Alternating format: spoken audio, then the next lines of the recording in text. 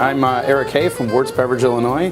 I'm here at the soon-to-open Tortoise Club. We're very excited about that, and today I'll be showing you a classic old-fashioned. We're going to use some rye whiskey here, some Angostura bitters, some Regan's orange bitters, a Demerara sugar syrup, which is actually a 2-to-1 concoction where we're using 2 parts sugar to 1 part water. So it's a little thicker, a little richer. It's got a little bit of funk to it because it's got some molasses still attached to the granules on this type of sugar.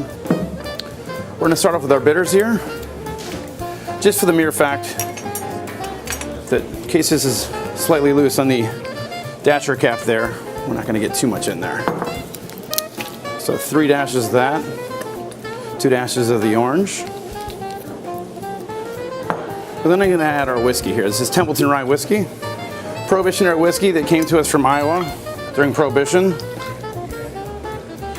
It was a product of resourceful farmers. We're looking to gain some traction with money because it was tight back then. And then also as an effort to have enough spirit for themselves to drink. And this then became something that was recognized by Chicago gangster Al Capone. At which point then he recognized that this is something that might be enjoyable to Chicago. Got his cronies to go down and start shipping it up to Chicago. And it was often referred to as the good stuff. And it was served in some of the most famous speakeasies of the time.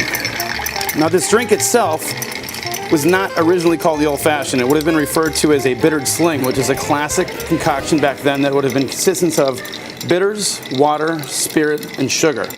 Now several decades later we would have had another opportunity with what might be more familiar to you as the newer style Old Fashioned, and that would be the muddled orange, cherry, bitters, soda water, and spirit. But like I said, this is a nod back to the old days. So we have our glass chill. Add some nice fresh ice to this glass. There we go. All right. And then you're straining off the stirred ice over the top of fresh ice. The oils that live inside this peel, both in the orange and the lemon that we're about to do, actually have essential oils that we're going to express right out of them over the top of the drink. So it really makes the top of the drink come alive. So when you get your nose right down in it, your olfactory senses play a role. They're going to pick up all those beautiful oils. They really add a whole nother layer of dimension and flavor to the drink.